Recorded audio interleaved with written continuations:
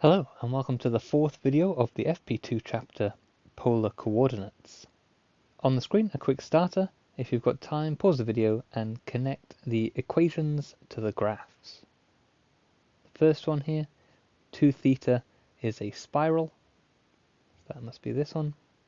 Sine of 2 theta gives us 2 loops, and the only one with 2 loops is this one, and it's a sine, so it is not symmetrical about the initial line, so it's definitely this one here. R equals 2 times cos 3 theta is very similar. It's 3 loops and it's a cosine, so it is symmetrical about the initial line. So that's this one here. 4 plus 3 sine theta, 1 plus cos theta, and 5 plus 2 sine theta are these three here.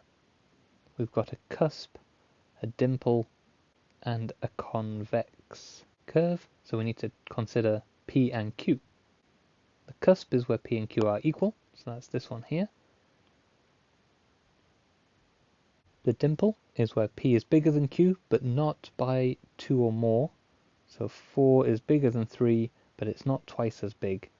So that's this one, and this is a sine, so it's going this direction as opposed to the cosine, which was in this direction. So this one here is this one, which means our last one here, where 5 is more than 2 times bigger than 2, must be the convex shape here, and again it's sine, so it's going this direction here. So this one must be this one. We're going to be looking at some polar curves in this video, but we won't be sketching them, we will be using them to find something else. So let's start off with a curve here. This is r equals a cos 2 theta, so there would be another loop over here, but we're only showing from minus pi by 4 to pi by 4.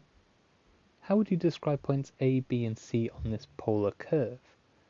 We've already done a starter, but if you've got time, pause the video again and have a think about this question. We can see here, if we think about an xy coordinate grid instead of the polar coordinate grid, that A and B are maximum and minimum points, where the curve does not go above this point locally or at all anywhere else, and it does not go below this point locally or anywhere else. C is similar, but in terms of x instead of y. This is the maximum x point on the curve. In terms of rates of change, then, how would you describe these? Now, from what I've already said, you might think A and B could be dy by dx, when that is equal to 0. And if you've thought about it, you might think C would be dx by dy, when that is equal to 0. But because we're going to be working in polar form, with polar equations, we're going to be looking at theta. So what we've got here is dy by d theta and dx by d theta.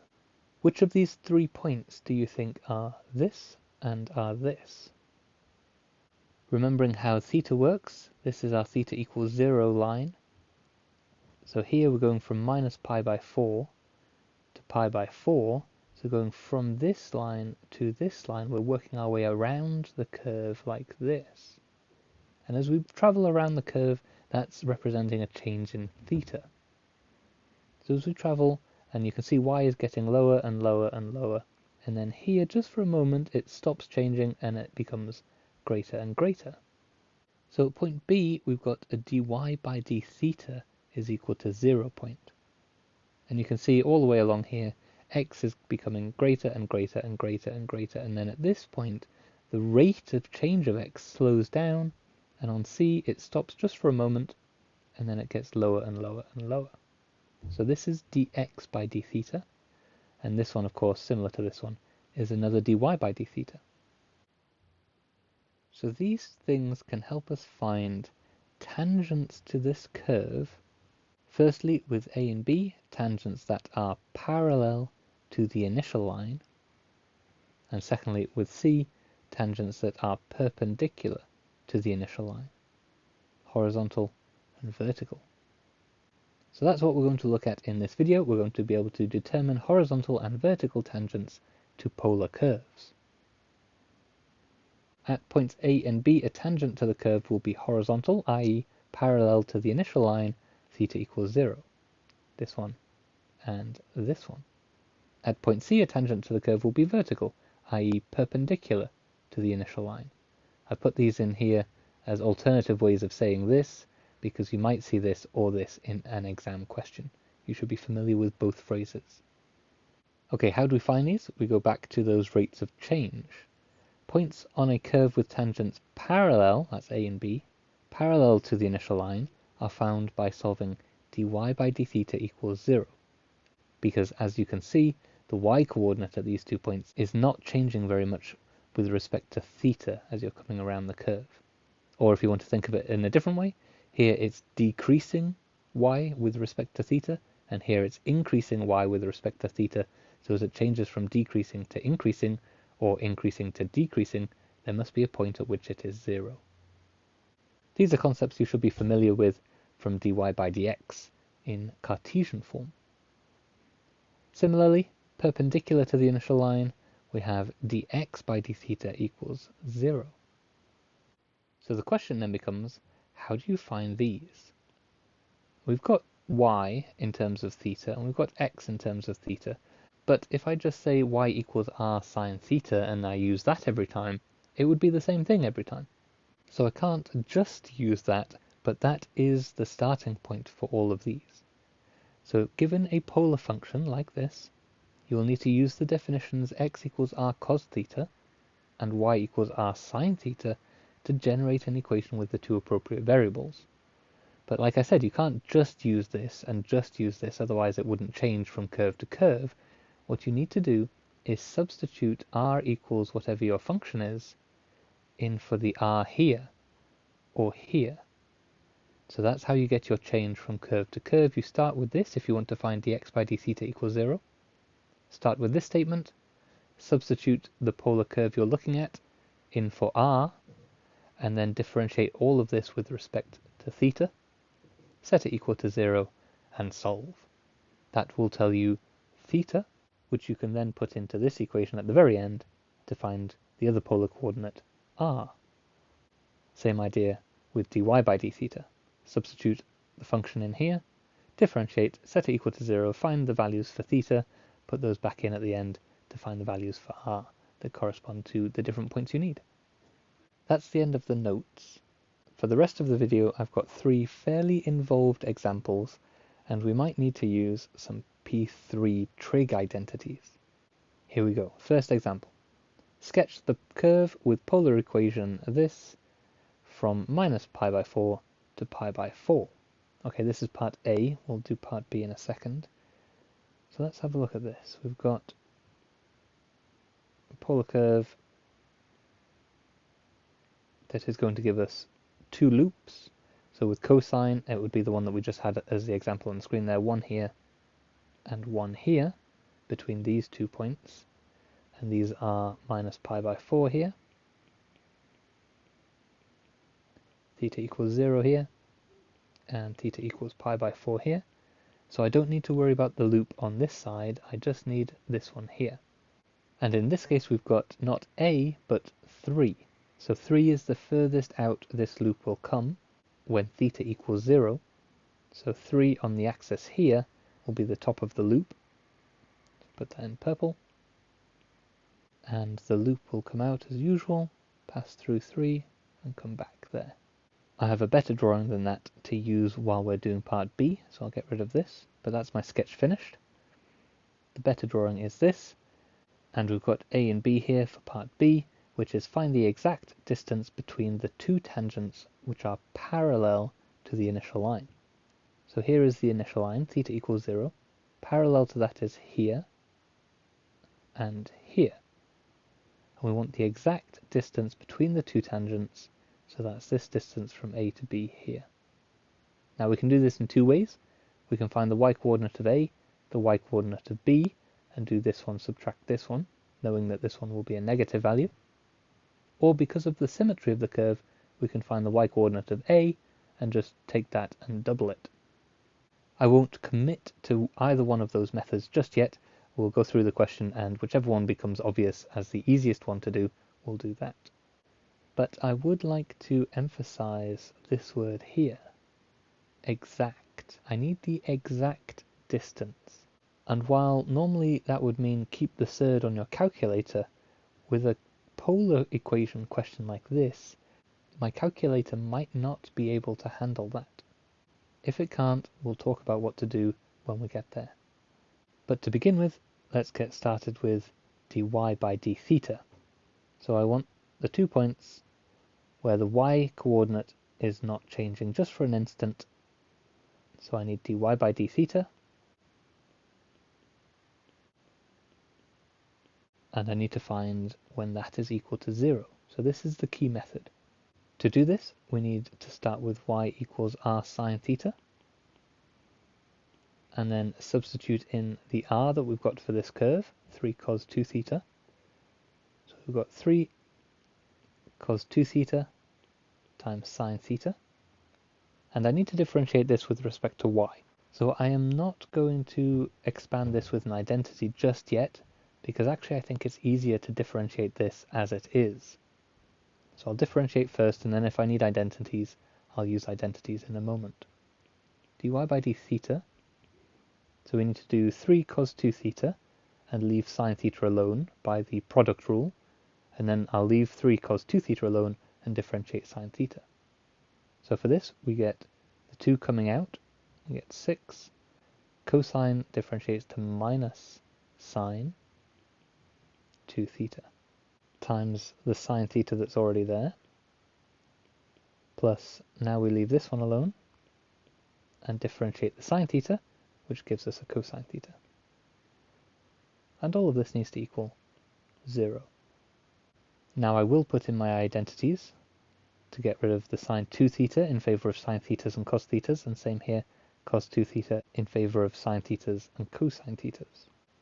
So when I do that, I'm going to have 2 sine theta cosine theta here, and the 2 will come with the 6 to make a minus 12 sine theta, but I've already got 1 sine theta, so I'll combine that in with the sine theta from this and give sine squared theta times cosine theta.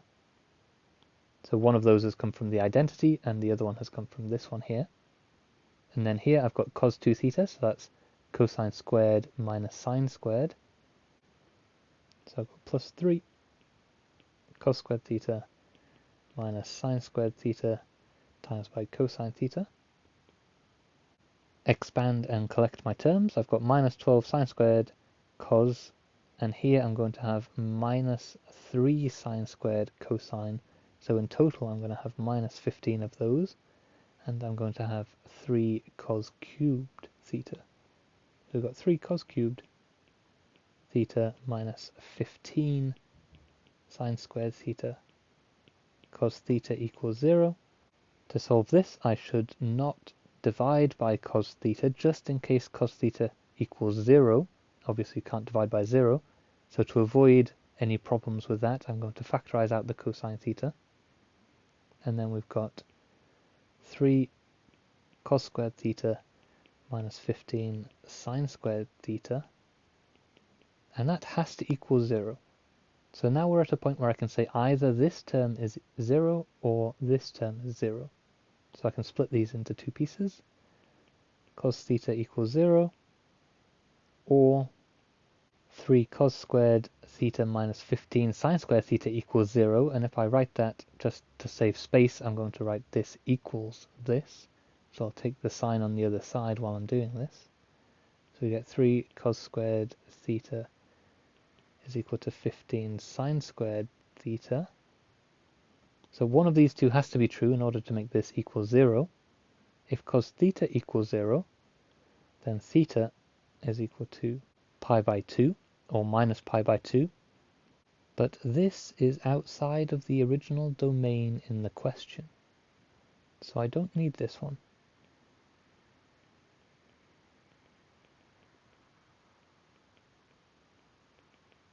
And even if the domain was from 0 to 2 pi, because when I put this into this equation here, I would get a negative r value, it still wouldn't be one of my answers. That would represent a loop going this way, with its curve at the top here being parallel to the initial line. But because that would be a negative r, we don't normally draw that curve anyway. So this one comes out, but it is not one of your answers.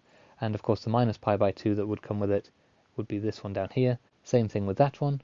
Here it's outside of the domain, but even if it wasn't outside of the domain, it would give you a negative r here. So this one here produces no usable solutions for this situation. So I'm left with this one here. To solve this, I'm going to divide both sides by cos squared to combine these into a tan squared, divide both sides by 15 as well, and switch them around because I like my theta on the left. We get tan squared theta is equal to 1 over 5. From here, I can say tan theta is equal to 1 over the square root of 5, and usually I would rationalize the denominator there to make that square root of 5 over 5, but because I know where this is going to go, I'm not going to do that. And this all boils down to this word here again. You might have a better calculator than me. I don't have a graphing calculator. If you've got one of the graphing calculators allowed in the exam, it might work out fine if you put this on your calculator using the inverse tan of 1 over the square root of 5. Your calculator might be able to give you an exact answer. But unless you've got a graphing calculator, it won't. And we need an exact distance. This is a problem. So I can't just put this on my calculator, find theta, put it back in here, because it won't keep an exact answer. In this situation, we go all the way back to really basic trigonometry. So if I draw out a little right angle triangle here, make this theta over here, then tan of this angle here, you know, is opposite over adjacent. Opposite is 1, adjacent is square root of 5. So I've made a triangle that represents this same angle theta, using the ratio they've given me. Now obviously I could have done square root of 5 and 5, because the ratio between these two would be the same, but I've kept them like this because it keeps the numbers lower a little bit easier for this one over here. I won't need to simplify the third, that I'm going to get in a moment. So what we do here, we can use Pythagoras. This squared plus this squared is 6, square root that to get the hypotenuse. So this is the square root of 6. Now I've got enough information to form a ratio for sine and cosine as well. So if the tangent is 1 over the square root of 5, because of this diagram here, that is telling me that sine of theta, which is opposite over hypotenuse, is equal to 1 over the square root of 6. And it's also telling me the cosine ratio, adjacent over hypotenuse, is the square root of 5 over 6, which I can write as one big square root. So this is a really key point for questions that use this word exact. If your ratio will not give you an exact answer on your calculator, you can always form a right-angled triangle on the side, use the ratio that you've got, Pythagoras to find the missing side, and then use that to form your two other ratios that you need.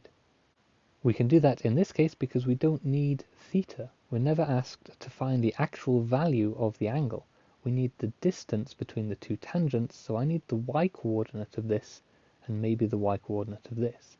I think at this point probably finding the y-coordinate here and doubling it is going to be the easiest way. So to find the y-coordinate, I need y equals r sine theta, or here y equals 3 cos 2 theta sine theta. And I know sine theta and cosine theta, so if I split this cos 2 theta using an identity to get cosine theta and sine thetas in this expression here for y, I can put these two surds in there and get an exact answer out of this.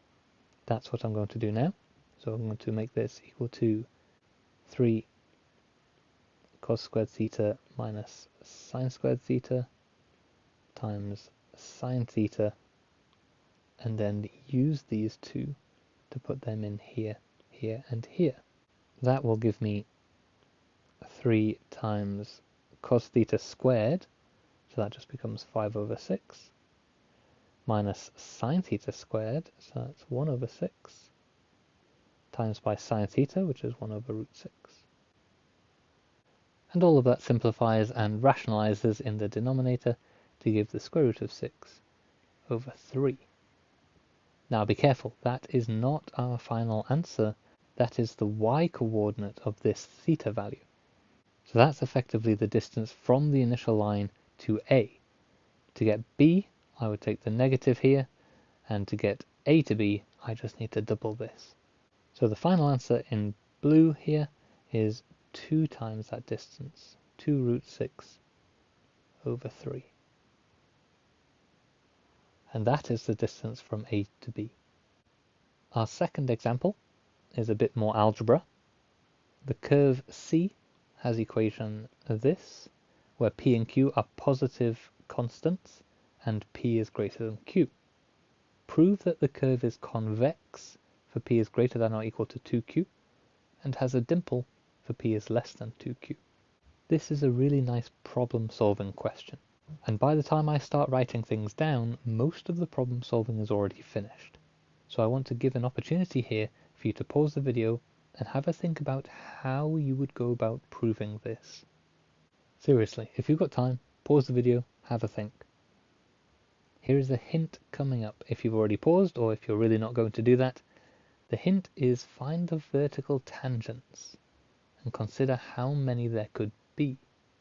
Now again, pause the video here if you haven't yet figured out how we're going to do this. Have a think about how this is going to help. Okay, last chance to pause the video before the answer comes up. Here is a diagram that I've taken from the textbook that's really going to help, because what you can see here is the curve C when it has a dimple. And when it has a dimple, there are 3 different vertical tangents. And when it does not have a dimple, when this curve comes out here and it just comes around, then it will only have 2 vertical tangents. So finding out how many vertical tangents there are will tell you whether or not there's a dimple here. Now I should clarify before we start that what I've said is not quite accurate.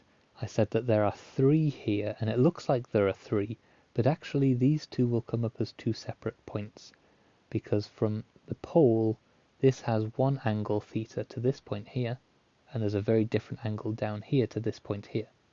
So we'll have one here at 0, another one here at pi, and then there will be one here and one here. So we'll have 4 tangents coming out of this, but 2 of them will be the same line.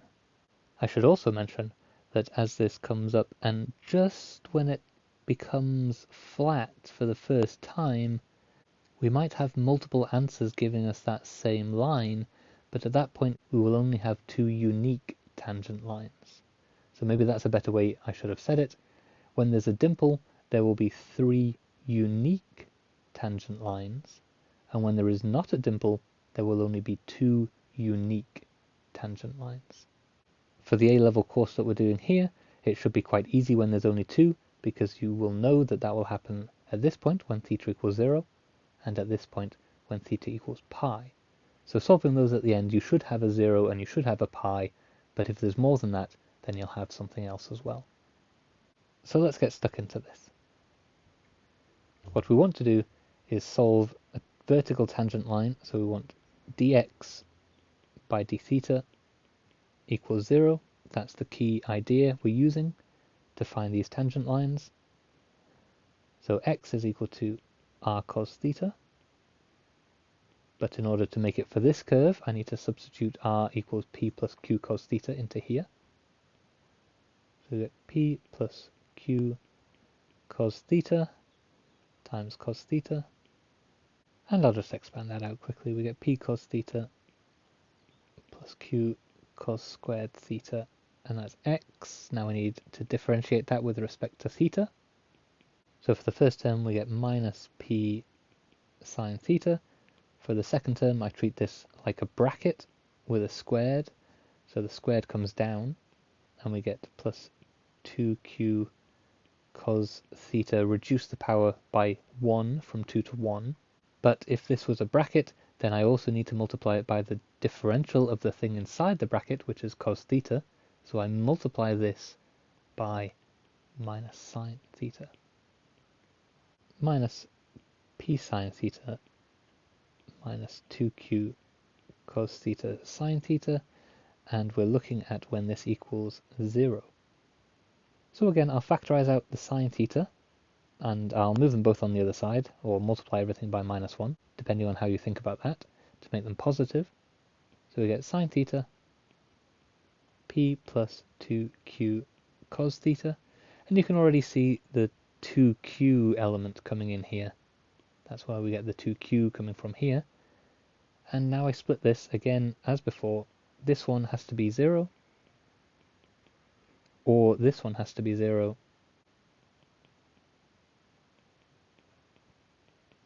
in order to make this 0 here. Here we get the two answers we expected to get. Sine theta equals 0 when theta equals 0 or pi, and that corresponds to this blue tangent line here, and the little blue tangent line in here, and even if that goes out and it becomes convex, that's still the tangent line that we get when theta equals pi. So these two don't change, whether there's a dimple or not. The only question we have left is, do we get more answers out of this? And of course we do, but only on certain conditions. So rearranging this to solve this, we get 2q cos theta equals minus p cos theta equals minus p over 2q. Now let's stop and just think about this for a second. Cosine theta equals something here. And obviously this entirely depends on the ratio between p and 2q. If p equals 2q, then we get cosine of theta is equal to minus 1. But this gives us the same answer as this, pi. So if p equals 2q, then we're not getting any more unique answers out of this. And that represents a point where we appear to be having more than two answers, but actually they're the same answers. So where this blue line and this green line here are on top of each other, and it's all just the same tangent line. Another option is when p is greater than 2q. But if p is greater than 2q, then this gives us a ratio that is bigger than 1, and that's outside of the cosine range. There is no angle that gives a cosine bigger than 1, or in this case, less than minus 1. So if p is greater than 2q, then no solutions, except for the two that we had down here. So if p is equal to 2q or greater than 2q, then we only have 0 and pi. No dimple.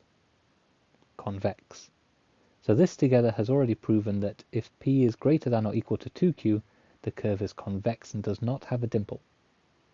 Finally, if p is less than 2q but greater than q as restricted here, then this will give a ratio between 0 and minus 1 because of the minus here, and because of the symmetry of the cosine curve, we know that will give us two unique solutions. So if p is less than 2q, but again obviously bigger than q because of the restriction on the entire question,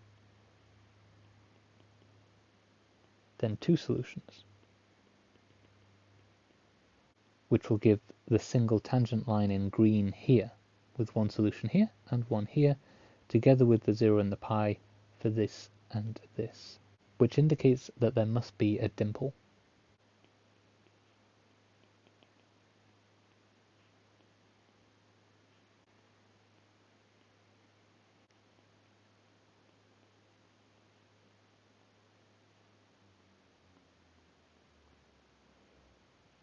Now I point out the three different ones there because if you only looked at these two, you might be tempted to put the equal sign on this inequality instead of this one, because you do get the additional solution when p is equal to 2q, so be aware of that if you have to do this question in an exam.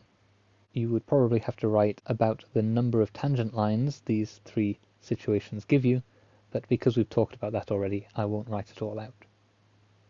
Our final example: find the polar coordinates of the points on r squared equals a squared sine 2 theta from 0 to pi by 2, where the tangent is perpendicular to the initial line. Okay, first of all, let's get a diagram going. We have talked about this one on a previous video, so I'll just put the diagram there. And we're only going from 0 to pi by 2, this line to this line, so it's the curve here in blue, and we don't need to worry about the other loop down in the third quadrant. Now we need to know where the tangent is perpendicular to the initial line here, perpendicular here, so it's the vertical tangents about here, and possibly one over here if this is considered a tangent. It probably will be because we're including pi by 2 in the domain here. Same thing as before, if we're looking for the vertical lines, we need dx by d theta when that is equal to 0. That's our key point. The main difference here is that we're using r squared, so before we do anything else, I'm going to change that into this, remembering that r must be positive, so I don't need to worry about the negative root here, because r is a radius, it must be positive, so all of this is the positive root. So x is r cos theta, gives us x equals a square root of sine 2 theta times cosine theta. Now we have the fun of differentiating this, dx by d theta, and we're going to use the product rule. I'll talk it through, but I won't write it out except the answer. We're going to have this thing to the power half because of the square root. I'm going to treat that as a bracket, bring the half down, and then we'll have sine 2 theta to the minus half times by the derivative of this, which is 2 cosine 2 theta, times cos theta, and then we'll leave this alone and just differentiate this. So that's where this answer is coming from. We're going to have a half a sine 2 theta to the minus a half times by the derivative of that, which was 2 cos 2 theta, times by the cos theta that's still there that we didn't change, plus the other term, which is a sine 2 theta to the half, if I just change that into index form, times by the derivative of cos theta, which is minus sine theta. And all of that will have to equal 0. At first glance, that looks pretty horrible. But if I multiply everything by sine 2 theta to the half, that will cancel this. It will turn this into just sine 2 theta without an index there, and nothing will be here because of this 0. So that is definitely a good first step. And then we'll apply some identities. So tidying this up, that half will cancel with that 2. So we've got the sine 2 theta to the minus half is gone because of what I'm doing in this step. Cos 2 theta, cos theta, minus a sine 2 theta to the power 1 times sine theta equals 0. I'm going to divide by a, which just gets rid of a. I'll also expand out using the identities, cos 2 theta and sine 2 theta in the usual way. So we get cos squared times cos, so that's cos cubed theta, minus sine squared theta cos theta, minus 2 sine theta times another sine theta is sine squared theta, cos theta equals 0. Here we've got the same term, so there's minus 3 of those, and I'll factorize out the cosine theta, so we get cos theta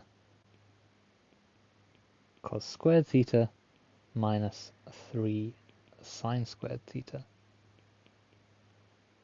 So I've tidied up and factorized in one go there, and here again we've got this situation where either this equals 0 or this equals 0, in which case cos squared theta equals 3 sine squared theta. From this one we've got theta is equal to pi by 2 or minus pi by 2, but within this range it's only pi by 2, and it is within this range, so that is a valid answer, which tells us that there is a vertical tangent right on the very line here. Or we get tan squared theta is equal to 1 over 3, tan theta is equal to root 3 over 3, which is a value that my calculator can handle and still keep an exact answer. and that gives me theta equals pi by 6. And of course, mathematically, that's not the only answer, but within this range, it will be. So we've got pi by 6 and pi by 2. Pi by 6 will be this one here, and pi by 2, of course, this one. Now I've got my 2 points. Let's go back to the question and think about what it is actually asking us. We need the polar coordinates of the points. So the polar coordinates are radius and angle. I've got the angle for both. I need to put these back into here to get the radius for both. And because I got a nice exact answer out of that, I can just put these two into sine 2 theta here and find out what they give me.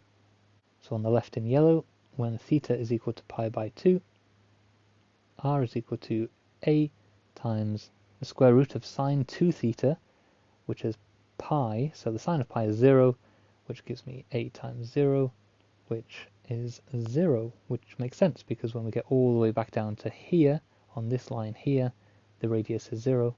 So the polar coordinate for that is 0, pi by 2. On the right, when theta is equal to pi by 6, 2 theta is pi by 3, the sine of 2 theta then is square root of 3 over 2.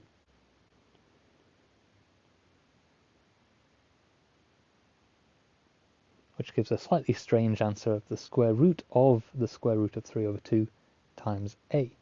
And that happens when theta is equal to pi by 6. So we've got the square root of root 3 over 2a pi by 6. And that happens about here, the vertical line on the blue curve. So we've done one example with numbers and 2 with algebra. So I hope that is enough for you to have a go at some of the questions in exercise 8D. I'm aware that we haven't done 8C yet, but we'll come back to that in the next 2 videos. I like to split that up into 2 sections and finish with that. Maybe I'll see you there.